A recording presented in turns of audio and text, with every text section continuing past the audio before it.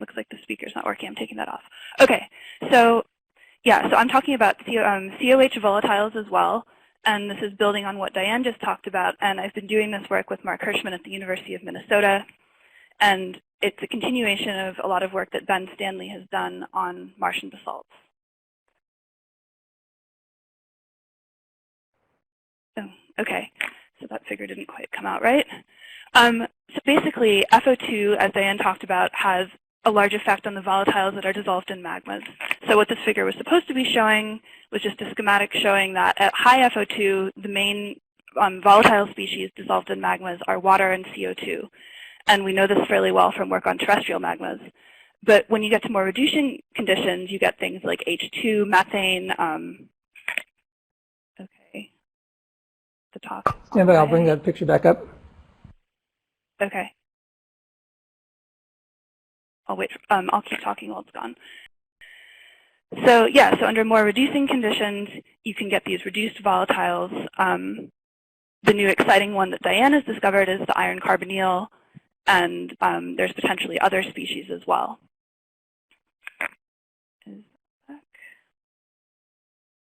You can use the arrow at the bottom of the image. OK. All right.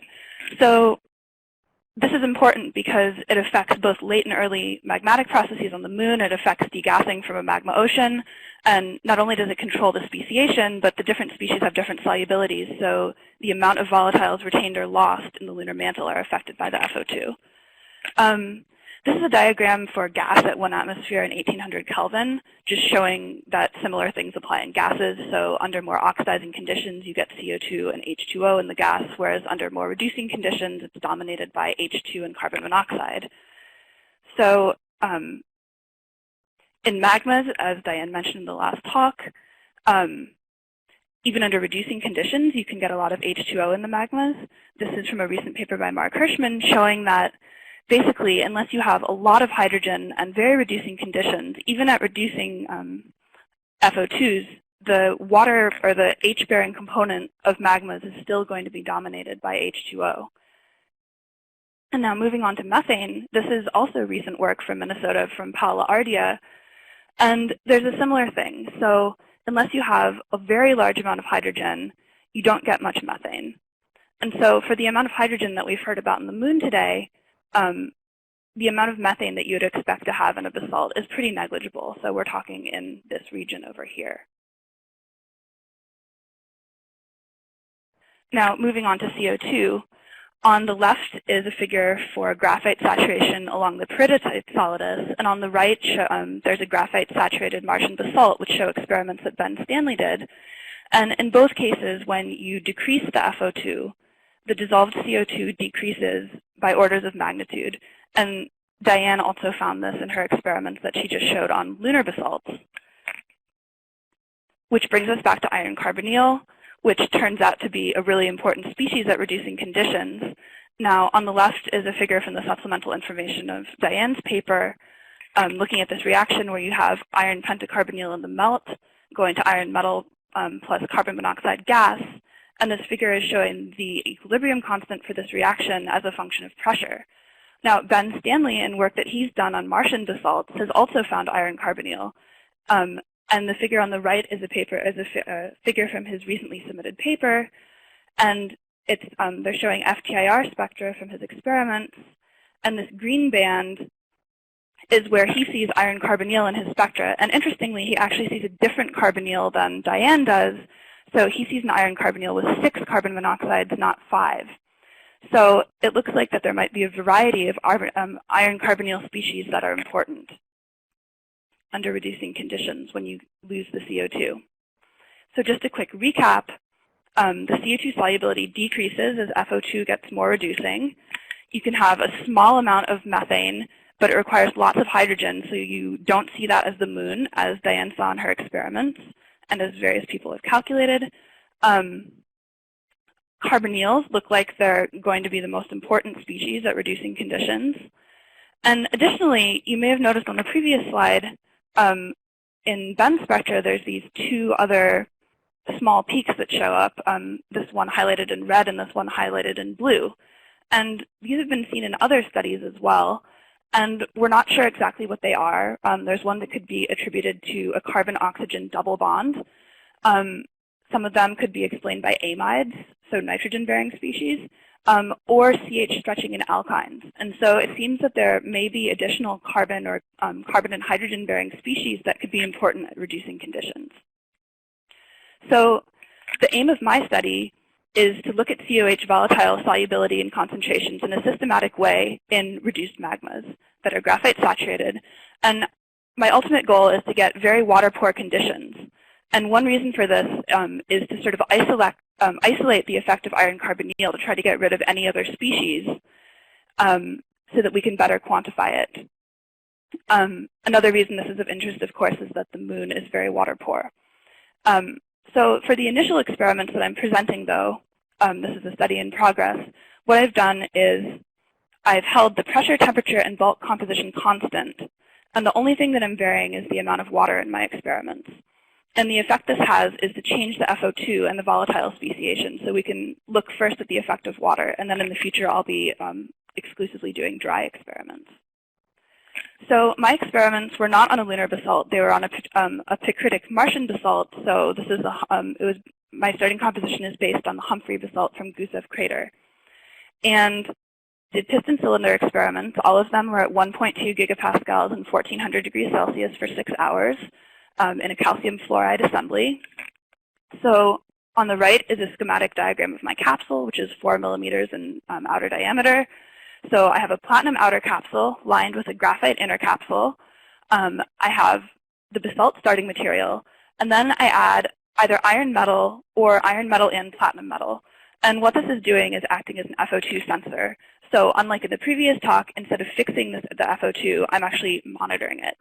And you can control it to some extent. In the experiments with iron, I form an iron carbide, and the melt comes out being more reduced than in the experiments where I add iron and platinum, where I get an iron and platinum alloy.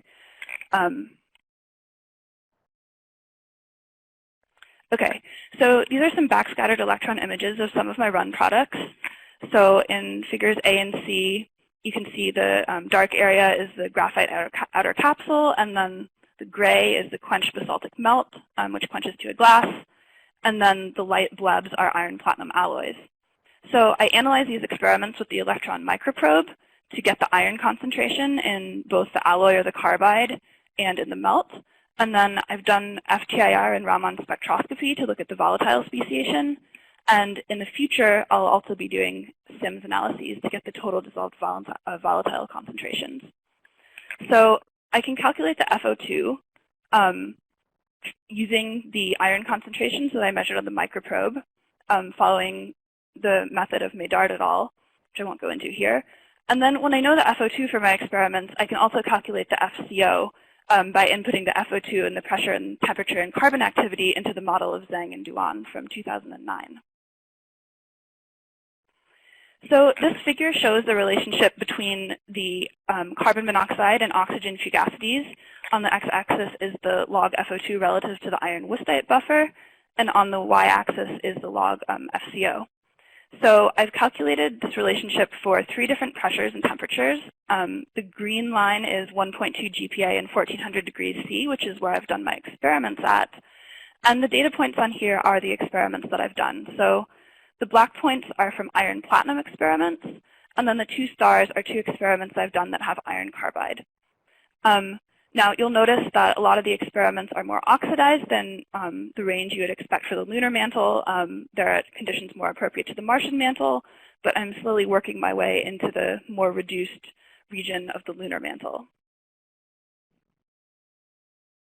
Okay. So first, I'll talk about the experiments that have iron-platinum alloys. So those are the black dots on the previous slide. So these are FTIR spectra, and they're ordered. So the orange one has the most water, which is 5,500 ppm water about. And then the blue one has the least water, so about 200 ppm. And the FO2 also varies in a similar trend. So the most water-rich experiments are the most reduced, with this one at the top being at iron wüstite minus 0.7. And then the most water poor ones are the most oxidized, with this bottom one being an iron withite plus 1.4. So all of the experiments have water and CO2 in them. You can see this at this peak near 3,500. And then there's this carbonate doublet that we see in all of the samples. So as expected, the amount of carbonate decreases as the oxygen fugacity gets more reducing. And then there's a peak at 2205, which is the iron carbonyl peak that Ben Stanley saw. So once again, this is this iron carbonyl with 6 COs, not 5, like the one that Diane saw. Now I see that in almost all of the samples except for the most reducing one. And then additionally, in some of the more reduced samples, I see very small other peaks. So there's this peak here at 1615 and this peak here at 3370, which I mentioned before. We're not sure what they are, but there's a few candidates, so possibly an amide or alkyne or some CO species. All right, so using the Beer-Lambert law, I can actually quantify the amount of CO2 and water in these glasses. And on this graph, the yellow data points are for CO2 and the red ones are for water. So once again, as the FO2 goes up, I get more CO2 in the glasses, which is consistent with all the previous studies. And then I have this trend where the more water I have, the more reducing I am. Now, this is an experimental artifact because the only thing I'm changing between my experiments is the amount of water that I add. There's no reason that you can't have a dry reduced sample somewhere down here or a wet oxidized sample somewhere up here. So obviously what I want to do to look at the lunar mantle is to try to get drier, more reduced samples, so somewhere in this region. And that's what I've started doing by doing experiments with iron carbide, and I'll probably have to eventually add silicon metal as well to get them even more reduced, but that's something for the future. So these are the first 2 iron carbide experiments that I've done. These are FTIR spectra once again. And I have one at iron withite minus 0.6 with about 1,000 ppm water, and one at iron withite plus 0.2 with 1,700 ppm water. These are very similar to the most reduced spectra that I showed in the previous FTIR slide. There's water, there's this 2205 peak for the iron carbonyl, and there's a very small amount of CO2, so we're talking like 10 ppm. Additionally, in one of them, there's a small hint of this 3370 peak. And there's possibly some sort of broad peak coming in around 2400, which I need to investigate further because at the moment, I'm not sure what it could be. OK, so going back to the concentrations, the stars are the new, more reduced experiments that I did. You can see that they are going down from this trend from of water versus FCO from the previous experiments, but we would like to get more reducing in the future. OK, so this graph shows the carbon monoxide fugacity and oxygen fugacity plotted against the normalized thickness of the 2205 peak, which is the iron carbonyl peak in the FTIR. And we don't have absolute concentrations of anything right now. We haven't done SIMS analysis yet, but we can look at the normalized height of this peak. So as carbon monoxide fugacity goes up, that peak increases. And at the most reducing conditions I was at, which is at iron withite minus 0.7, the height of that peak is 0. So this is interesting for a few different reasons. First of all of these experiments have different water concentrations, and so this may suggest that really the important thing is the FO2 and the FCO. The water is not so important. But I do need to do more reduced experiments. Now this is also interesting because Diane saw the iron carbonyl at FO2s below iron withite minus 0.55, and I see them in a different range, and Ben Stanley did as well. Now I'm not sure if this is related to our different bulk compositions. Diane was using a lunar basalt, and we were looking at a Martian basalt. They're actually fairly similar in composition. Our Martian basalt has 19 weight percent FeO. And we also were working in different pressure ranges. So this really needs to be investigated further. OK, now going back to this diagram with the FO2 versus FCO, what my results show so far is that at oxygen fugacities above iron withite minus 0.7, the amount of iron carbonyl increases, although this would not go on forever. At a certain point, you would expect it to be too oxidizing to get to get iron carbonyl, and instead CO2 would be the main dissolved species. Now, at the same time, as we increase the FO2, the CO2 increases. I don't know what will happen when we go to more reducing conditions, but there's potential that there are other reduced carbon species. That's not just at more reducing conditions. There's those unknown peaks that I see in some of the samples in this region. And so it looks like there might also be other carbon-bearing species involved. Okay, so in conclusion, in agreement with the previous studies, iron carbonyl is an important carbon-bearing species in reduced magmas when CO2 solubility diminishes. And preliminary results show that in water-poor basalts, FCO is the main control on the iron carbonyl stability. Now, interestingly, based on the limited amount of work that I've done, there may be a very limited solubility range for iron carbonyl at pressures of 1 GPa and or 1.2 GPa and maybe higher, which is interesting because if the iron carbonyl does go away at more reducing conditions, then it changes how much carbon would be retained in a magma as a function of FO2. And finally, a variety of other volatile species may be present in reduced basalts, but are currently poorly understood and need to be looked at more. And finally, some ongoing work that I'm doing. I'm going to continue doing more reduced and drier experiments to better replicate lunar mantle conditions. I'm also doing experiments on reduced terrestrial basalts to explore compositional effects. And I will also do experiments at higher pressures and temperatures to look at the effects of P&T on the volatile speciation.